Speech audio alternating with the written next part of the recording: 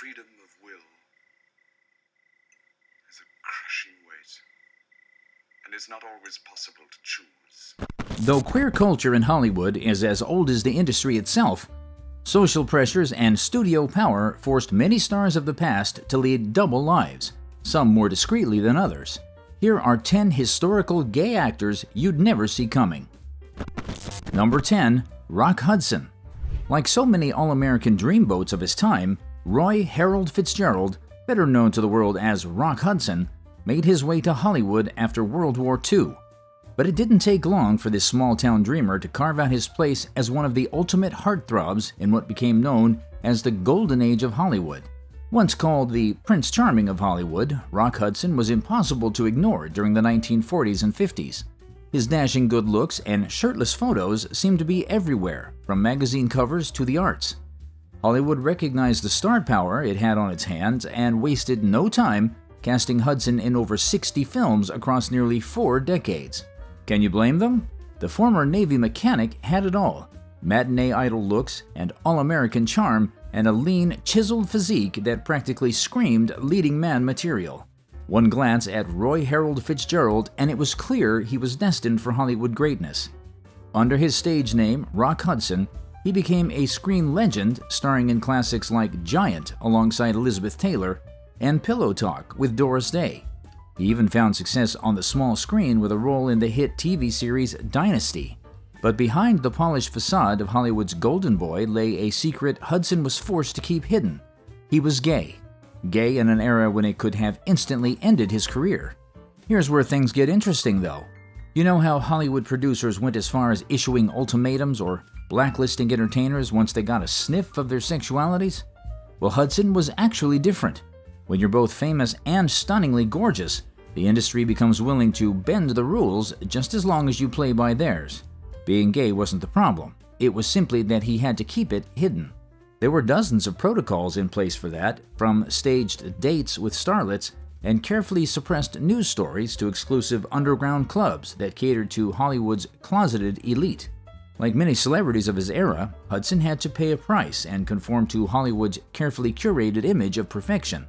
It was a game every man or woman in Tinseltown had to play, with rules set by public expectations. Yet Hudson never complained. The real problem, according to his agent Henry Wilson, was Fitzgerald's last name, so he rechristened him Rock Hudson. Who wouldn't love to have a hunky, manly name like that? By many accounts, Hudson was considered to be a very active man who often hosted pool parties and gatherings at his LA home, The Castle, which became a popular stop and safe haven for the industry's gay community. Yet he still felt the need to be seen as the epitome of straightness.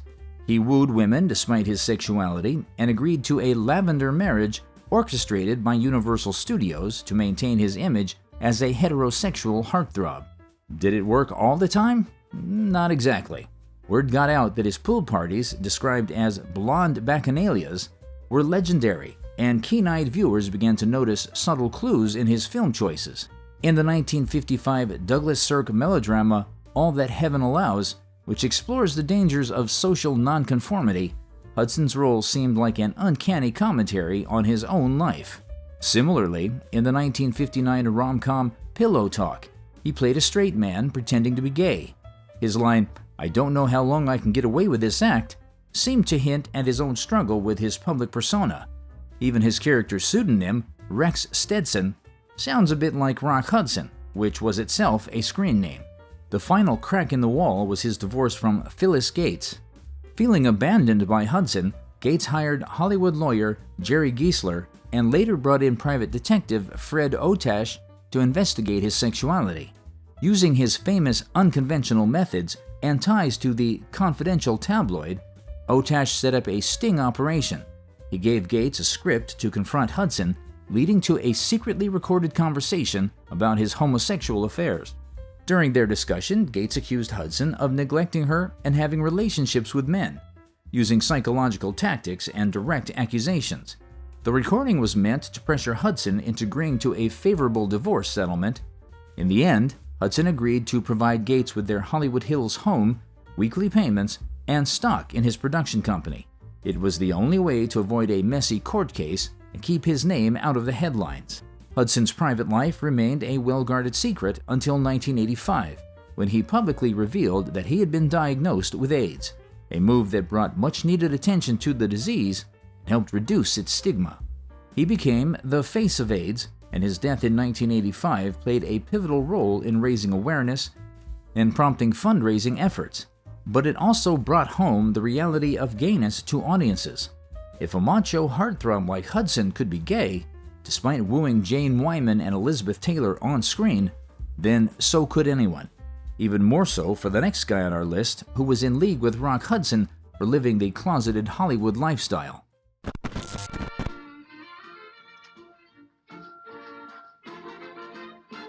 Number 9. Dick Sargent. Despite that passionate scene you just saw, Dick Sargent was anything but straight. The Bewitched star once appeared in the 1970s game show Tattletales, with comedian Fannie Flagg as his partner, as the world watched with eager anticipation when the duo were asked to reveal spicy secrets in their relationship. They laid it all, and they laid it bare, except one. Best known as the second Darren in the sitcom Bewitched, Dick Sargent was born on April 19, 1930, in Carmel-by-the-Sea, California, to an accomplished family. Remember the actress Ruth Powell? Well, she was Dick Sargent's mom, and her real name was Ruth McNaughton. She worked in early Hollywood films like The Four Horsemen of the Apocalypse. His father, Colonel Elmer Cox, served in World War I before becoming a business manager to prominent Hollywood figures like Douglas Fairbanks. Treading his father's disciplined path, Sargent attended the San Rafael Military Academy in California, where he was instilled with a sense of structure and discipline.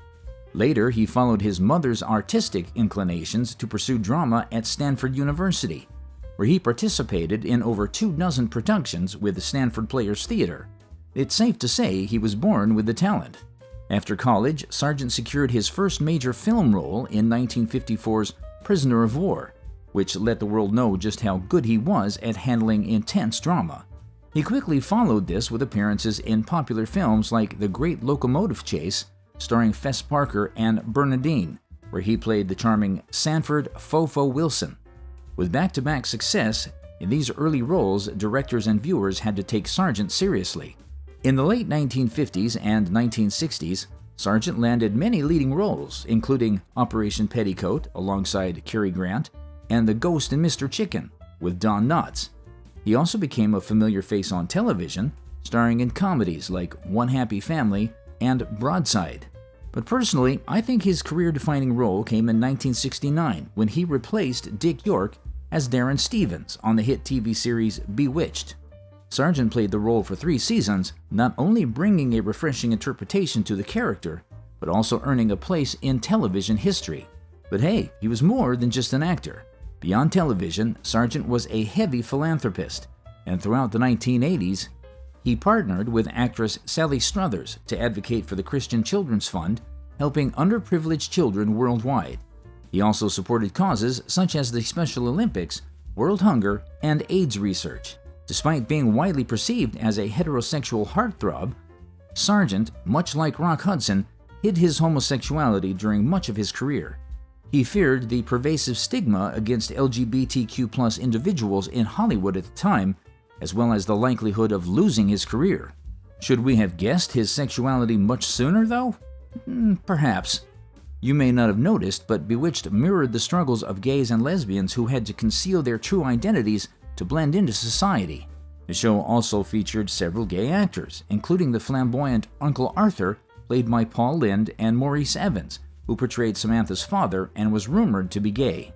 After Bewitched ended, Sargent continued acting on television, amassing over 50 film and TV credits through 1993. He also shared a 5-year relationship with producer Albert Williams. In 1989, Sargent was diagnosed with prostate cancer, and the initial prognosis seemed promising.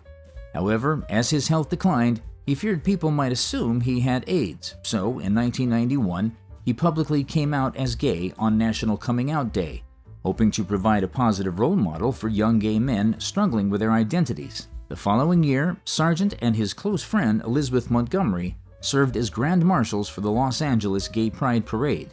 Sargent passed away from cancer in early 1994 at the age of 64, leaving behind his partner, Williams. Number 8. Roddy McDowall. Born in London to a Scottish father and an Irish mother who had aspired to be an actress, one can say Roddy McDowall was born to be a Hollywood actor. He was enrolled in elocution classes at the age of 5, and by 10, he had already scored his first major film role as the youngest son in the 1938 film Murder in the Family, as well as a dozen British films, both in large and small parts. However, just when McDowall's film career began to pick up steam, things took an unexpected turn when the German bombardment of London during World War II forced his family to flee. Alongside his mother and sister, McDowall became one of many children evacuated from England, finding refuge far from the chaos of war. The forced exile led him to Hollywood in 1940, a move that would change his life forever. With young actors gaining traction in the 40s, the young and charming English lad quickly caught the attention of filmmakers. He even landed a significant role in How Green Was My Valley. Yes, McDowall was already a star at just 13 years old. His natural talent was refreshingly pleasing, and he remained a sought-after actor throughout the war years, starring in strings of Hollywood films like 1943's Lassie Come Home, where he starred alongside fellow English child star and lifelong friend Elizabeth Taylor. That same year, he charmed audiences again in My Friend Flicka. These performances solidified his place as one of Hollywood's favorite young actors, making him a familiar face to wartime moviegoers and a symbol of resilience and hope amidst the global turmoil. By his late teens, McDowall had aged out of child roles that had brought him early fame. Seeking to broaden his craft, he moved to New York, where he honed his acting skills on the Broadway stage. He received widespread praise for his performances as a gay character in 1957's Compulsion, and won a Tony Award for Best Supporting Actor in 1960 for his role as Tarquin in Jean Anouilh's The Fighting Cock. Although McDowall never officially came out, the fact that he was gay was one of Hollywood's best-known secrets. He never married or had children. Scotty Bowers, a famous Hollywood producer, even claimed McDowall was one of his homosexual clients. Shocked? Wait till you hear the real gist. McDowall had a tumultuous romantic relationship with actor Montgomery Clift in the early 1950s, and according to multiple accounts, he was so obsessed with Clift that he devoted himself to the actor and relocated to New York just to be close to him. This decision put McDowall's career on hold, and their eventual messy breakup worsened the situation. The pain was so overwhelming that McDowall reportedly considered ending his life, though he harbored no lingering bitterness toward Clift afterward. Sadly, this wasn't the only issue in McDowall's personal life. In 1974, the FBI raided his home as part of an investigation into film piracy and copyright infringement. They seized his collection, which included 160 16mm prints and over 1,000 videocassettes at a time when commercial videotapes were not yet available. Wondering how? Well, as it turns out, McDowall had acquired Errol Flynn's home cinema films and transferred them to tape for archival purposes. No charges were filed following the raid. In April 1998, Roddy McDowall was diagnosed with terminal lung cancer, which had spread throughout his body. He passed away in October of that year at his California home, age 70. His ashes were scattered into the Pacific Ocean days later. If it offers some respite, though, screenwriter Dennis Osborne, who cared for McDowall in his final months, described his passing as peaceful and in line with McDowall's wishes. You're just stringing me along. Very good, Sammy. You're learning from your Uncle Arthur. Number 7. Paul Lynde. Comedian, character actor, and Hollywood's center square, Paul Lynde was one of the more talented Golden Age actors in the industry. He started his career in stand-up comedy before transitioning to theater, where he landed his breakout role as the father in the musical Bye Bye Birdie. His success continued when he reprised the role in the film adaptation, earning widespread acclaim. This opened the door to numerous television appearances on shows like The Munsters, I Dream of Jeannie, and most famously as the flamboyant Uncle Arthur on Bewitched. But before that, James began acting straight out of high school. He honed his craft at HB Studio in New York City, where he gained traction as an actor. As an overweight and prematurely balding adult, he gravitated toward character roles, which became his specialty. His Broadway debut came in 1957 with Hotel Paradiso, but it was his performance in the off-Broadway production of Dennis Johnston's The Moon in Yellow River that earned him significant recognition, including an Obie Award. Born in Mount Vernon, Ohio, James's father was a butcher, and as a child, his only real experience of show business was playing the bass drum at school. By the time he entered Northwestern University in 1944, James was good in theater and wowed his drama classmates with witty, self-written monologues. After graduating, he relocated to New York City, where he landed his breakthrough role in the 1960 Broadway hit Bye Bye Birdie. As the bumbling and exasperated Harry McAfee, Lynde delivered a performance full of effeminate yet hilarious outrage, a portrayal that wasn't overtly gay but hinted at it. He later reprised the role in the 1963 film adaptation, which opened doors to comedic roles in films like Beach Blanket Bingo. Lynde was both a role model and a walking stereotype. There was no one else quite like him on any screen. He was ahead of his time in terms of being as overtly gay as one could be, unlike so many stars of that time. Better yet, he was one of the first gay people in a lot of American homes without even viewers knowing. As expected, Paul Lynde's star shone like a million stars in the 1960s, a decade that saw him in constant demand. Did you know he was a regular on NBC's The Perry Como Show during the 1961-62 television season? As part of the Kraft Music Hall Players, alongside Don Adams, Kay Ballard, and Sandy Stewart, Lynde's talent for comedy was undeniable. But was that enough to cement his legacy? Not quite. His true breakout moment was just around the corner. In 1966, Lynde made his first appearance on the game show Hollywood Squares. His razor-sharp wit and snarky one-liners stole the show. Viewers wanted to see him the most. Funny enough, many of his jokes on Hollywood Squares were thinly veiled references to his own homosexuality, delivered in a way that flew under the radar for some, but delighted those in the show. Scratch that. Not even the press had a sniff of his sexuality. Lynde only came out to his close friends, which makes me wonder how he navigated a world where the romantic nature of his private life was always beneath the surface of his public persona. So many Golden Age actors could have learned a thing or two from him. With the fortune Paul Lynde amassed during his tenure on Hollywood Squares, he acquired none other than Errol Flynn's legendary Hollywood mansion. He was rich, enjoying life to the fullest, and was on top of Hollywood royalty. These and many more hid the struggles he was facing. Apart from his weight challenge, Lynde struggled with alcoholism and had numerous run-ins with the law, including frequent arrest for public intoxication. Whenever he was intoxicated, he could become cruel and even aggressive, sometimes ridiculing those close to him.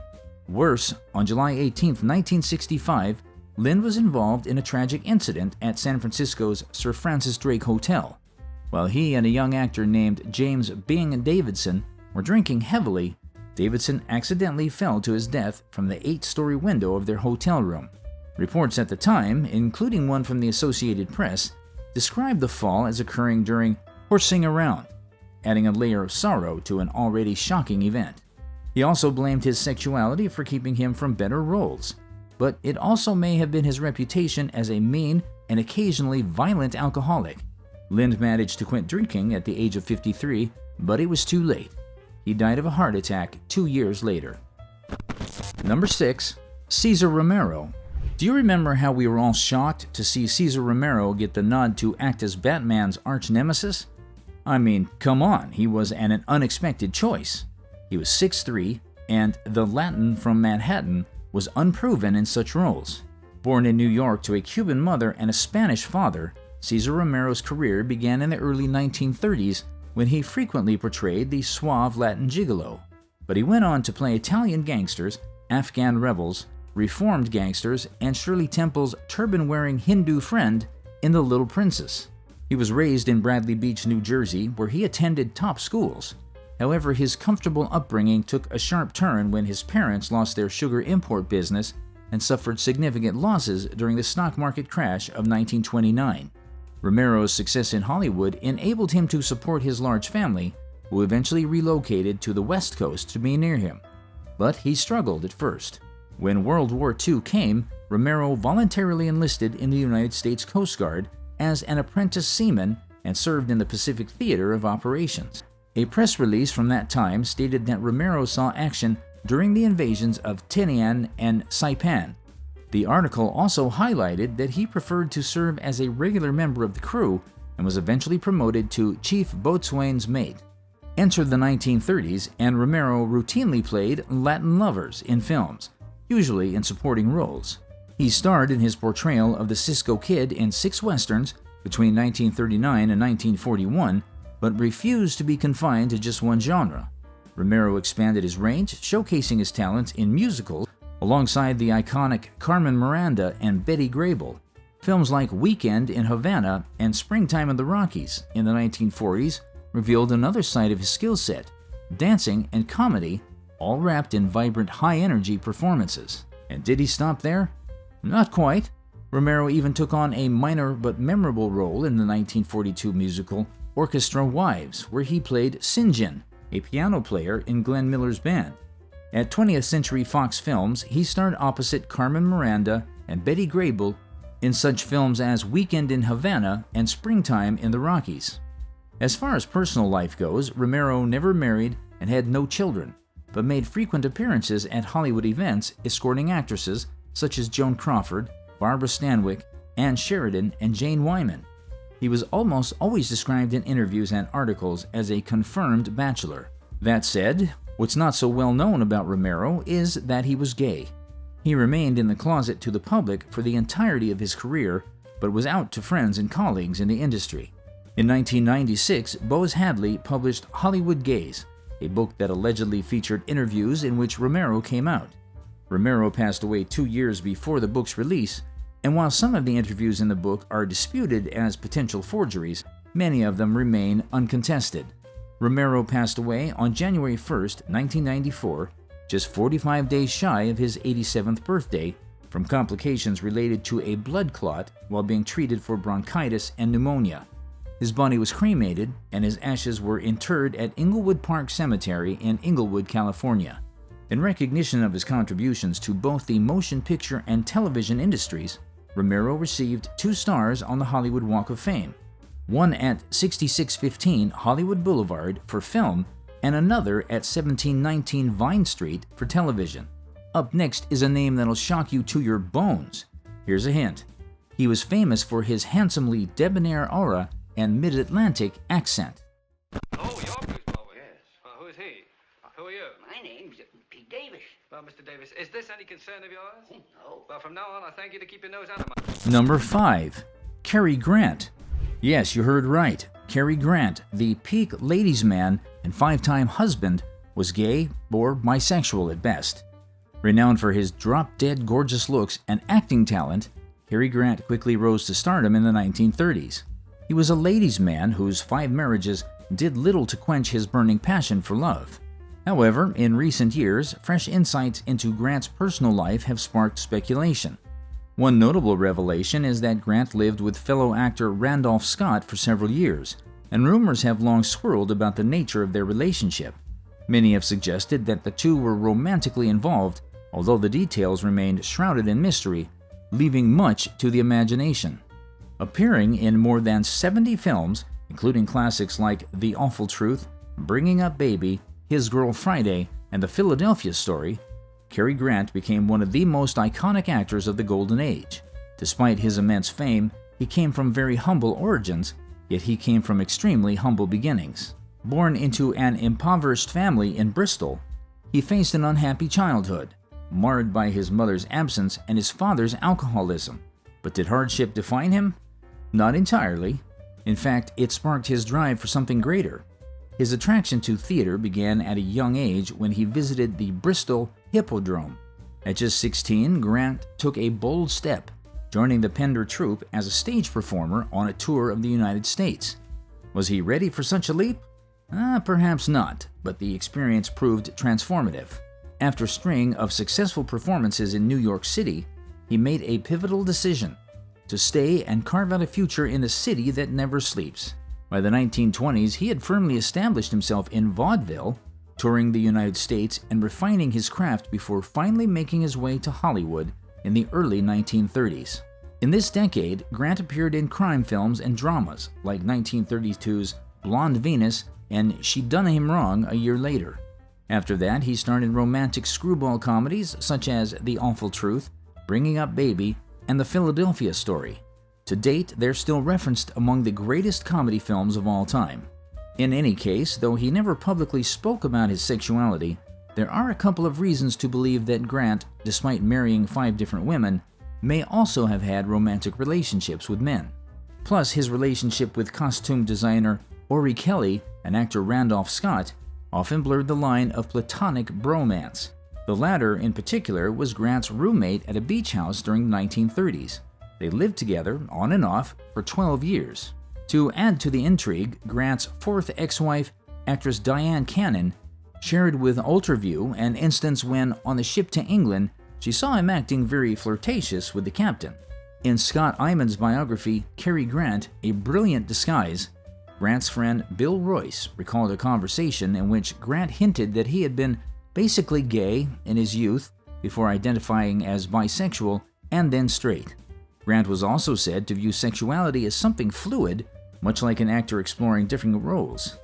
He compared not fully exploring one's sexuality to an actor only playing a single character throughout their career. However, Grant's daughter Jennifer has publicly refuted the claims. She asserted that there's no concrete evidence to sum up Grant as gay, though she would have supported him nevertheless. So, was Cary Grant gay or bisexual? While we may never know for sure, one thing that is undeniable is his exceptional talent and legacy as an actor. Both gay and straight audiences continue to admire his impressive on-screen performances. He is, after all, one of the most talented Golden Age actors. It's just a shame that his career ended so abruptly.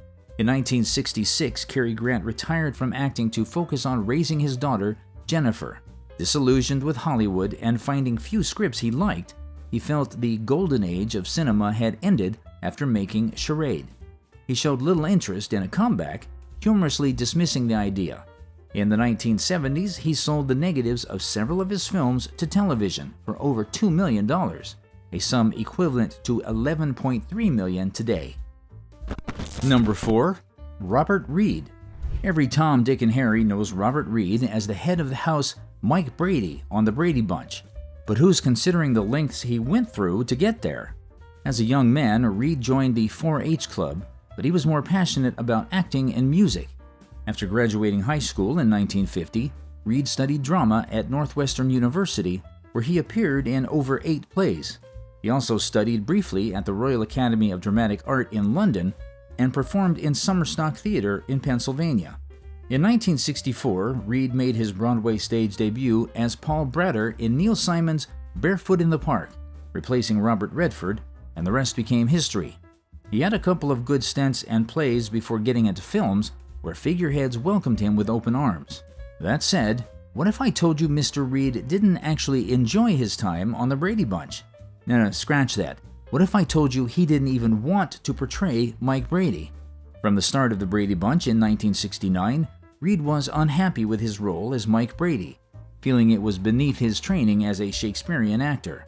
It was so bad that he often clashed with the show's creator, Sherwood Schwartz, over the scripts, often presenting written objections to the motivations and tone of the show. Though Reed and the other actors got along, his constant disagreements with Schwartz, especially over the mix of farce and satire, created tension. Schwartz had to let Reed direct some episodes to ease the conflict. After The Brady Bunch ended in 1974, Reed returned to the stage and made guest appearances on various TV series and movies, including Pray for the Wildcats and SST Death Fight. He also earned a Primetime Emmy Award nomination for his role as a transgender character called Dr. Pat Cattison. As far as personal life goes, Reed was rather hush. He married fellow Northwestern student Marilyn Rosenberger in 1954, but divorced 5 years later, despite bearing a beautiful daughter.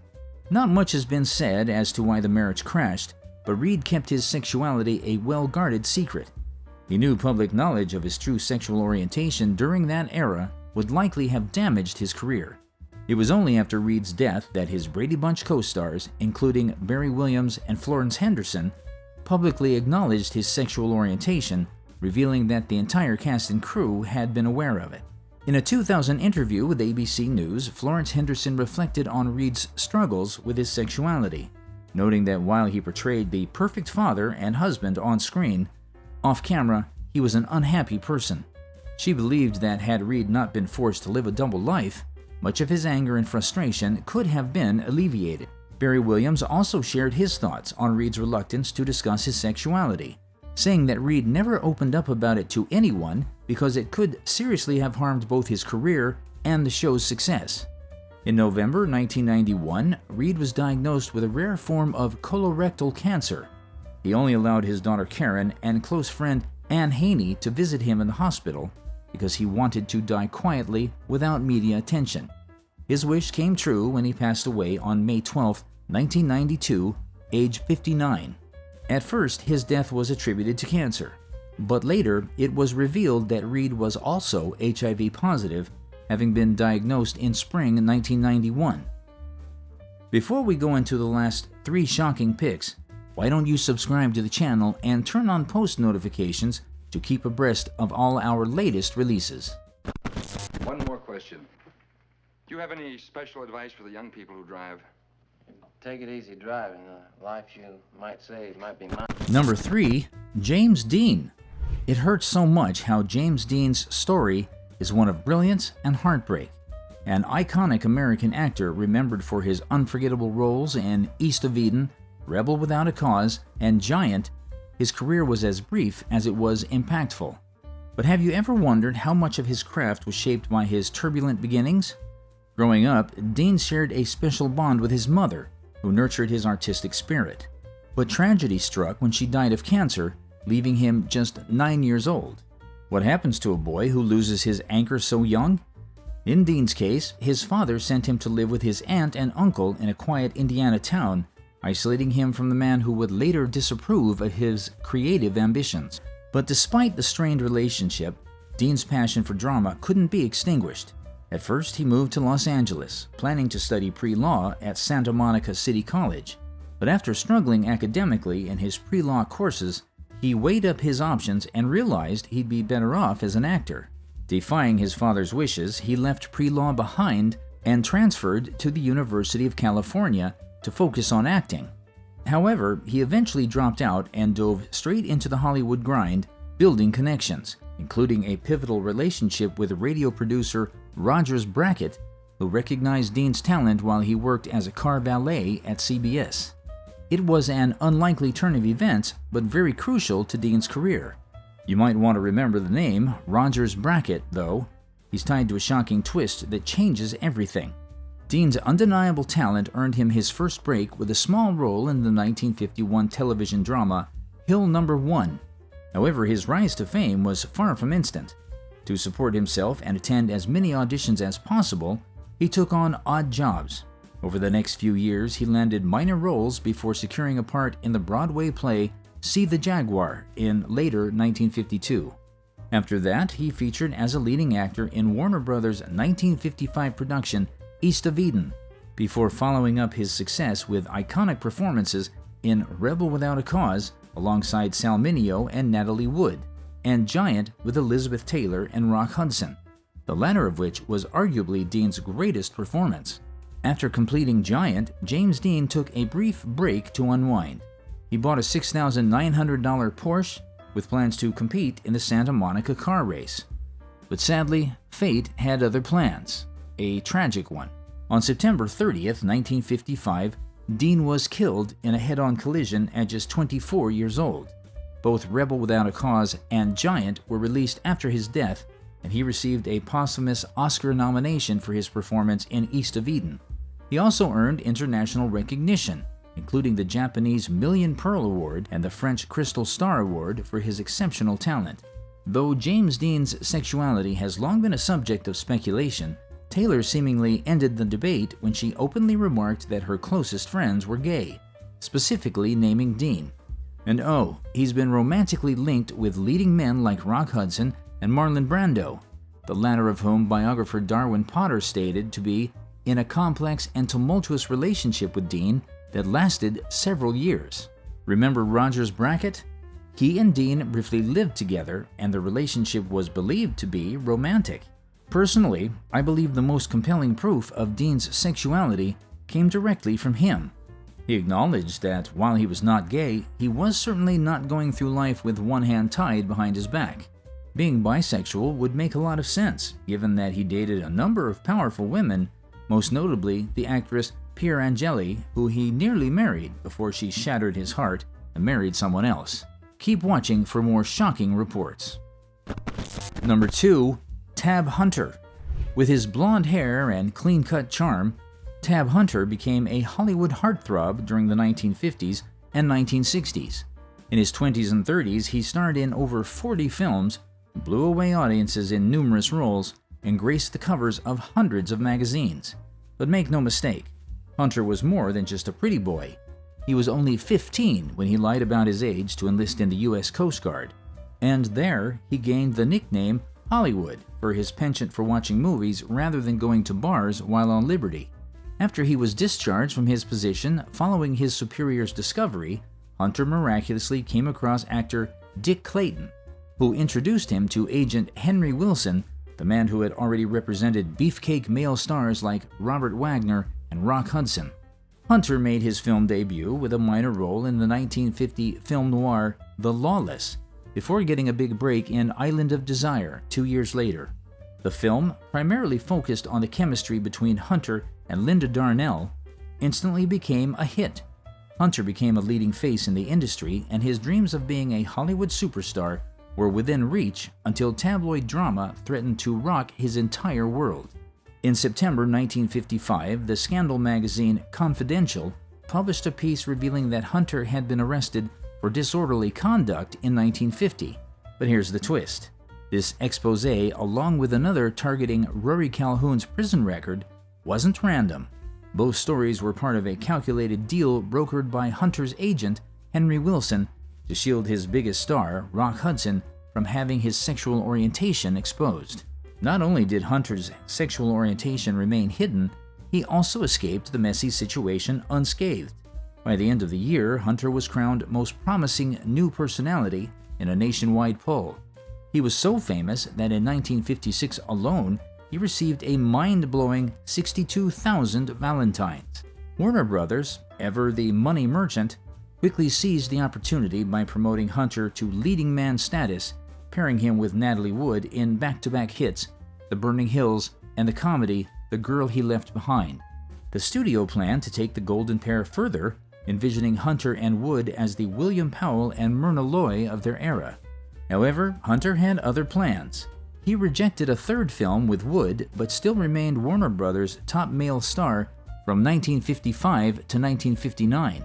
In 2005, when his career had long ended and societal attitudes towards sexuality had shifted, Tab Hunter publicly came out on his own terms as gay via a memoir. The New York Times' William L. Hamilton also noted that Hunter's rumored romances with stars like Debbie Reynolds and Natalie Wood were fabrications of studio publicity teams. While fans and the press were drooling all over the pair, Hunter was actually in a long-term relationship with actor Anthony Perkins, whom he met at the Chateau Marmont while filming Friendly Persuasion in 1956. Their relationship lasted between 2 and 4 years, and Hunter revealed that their breakup was largely due to pressure from Perkins' studio, Paramount, and the constraints of the studio system.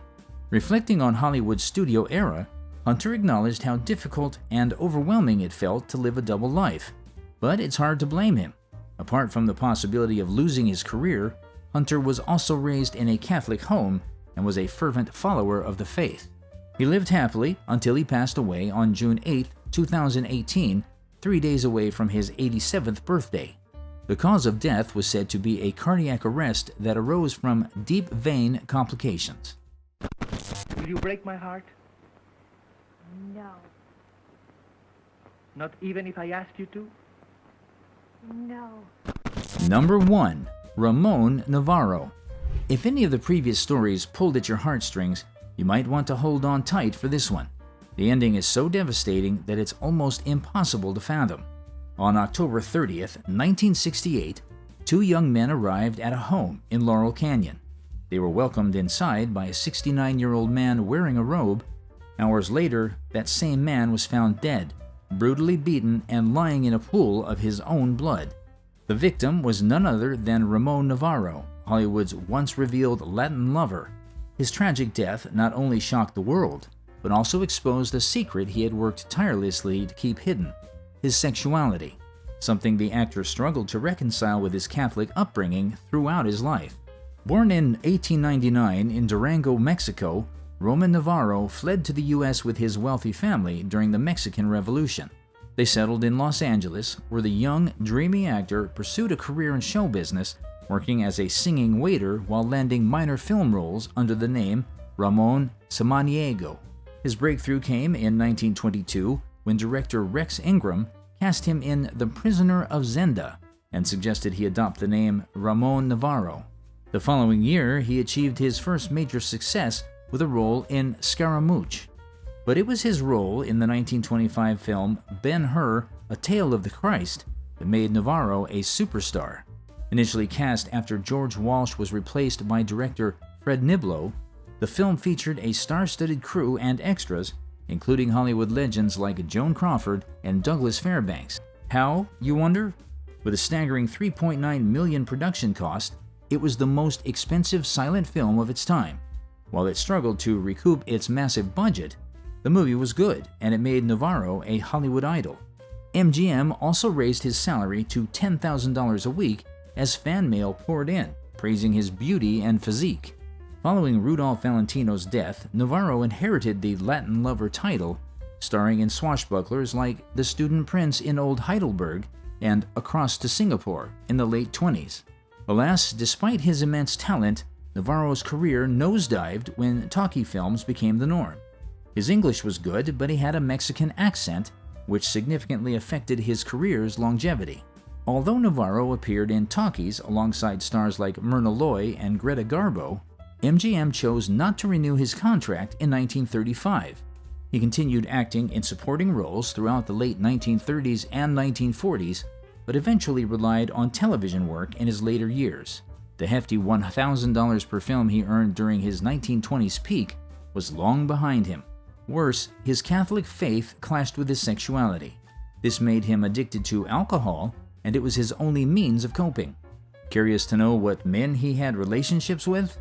In the early 1920s, Novarro had a brief romance with composer Harry Partch, who was then an usher at the Los Angeles Philharmonic. The relationship came to an end when Novarro's acting career took off. Later, he was romantically linked to Hollywood journalist and publicist Herbert Howe and dated Noelle Sullivan, a wealthy San Francisco philanthropist and arts patron. Fast forward to 1968, and Novarro met one of the most devastating Waterloos of any actor. He was relieved by brothers Paul and Tom Ferguson, aged 22 and 17, who contacted him offering, pleasure services. The prosecution claimed that the Ferguson brothers believed Novarro had a large sum of money hidden in his house. They allegedly tortured him for hours to make him reveal its location, but found nothing. The brothers left with only $20 from Novarro's bathrobe pocket. Novarro died from asphyxiation after choking on his own blood following a brutal beating. Though the horrific incident is now seen as a hate crime, demonstrating the homophobia of the period, the part that blows my mind is how the Ferguson brothers garnered more publicity than Novarro's death. They were interviewed for a TV special. They were spectacles in countless tabloid pieces and novels, and get this, ladies wrote fan letters to them while they were in jail. Although both brothers were sentenced to life in prison, one spent just 6 years and the other 9 before being freed on parole. And it is commonly assumed that their leniency was due to the fact that the man they unalived was gay. However, they were both jailed again for future offenses. The harmonic scales rightfully needed a balance. Though we've come to the end of today's video, why exactly should the fun stop here? Like, share, and comment on which of these actors surprised you the most. And don't forget to check out the video currently showing on your screen for an unforgettable expose on Hollywood's biggest legends.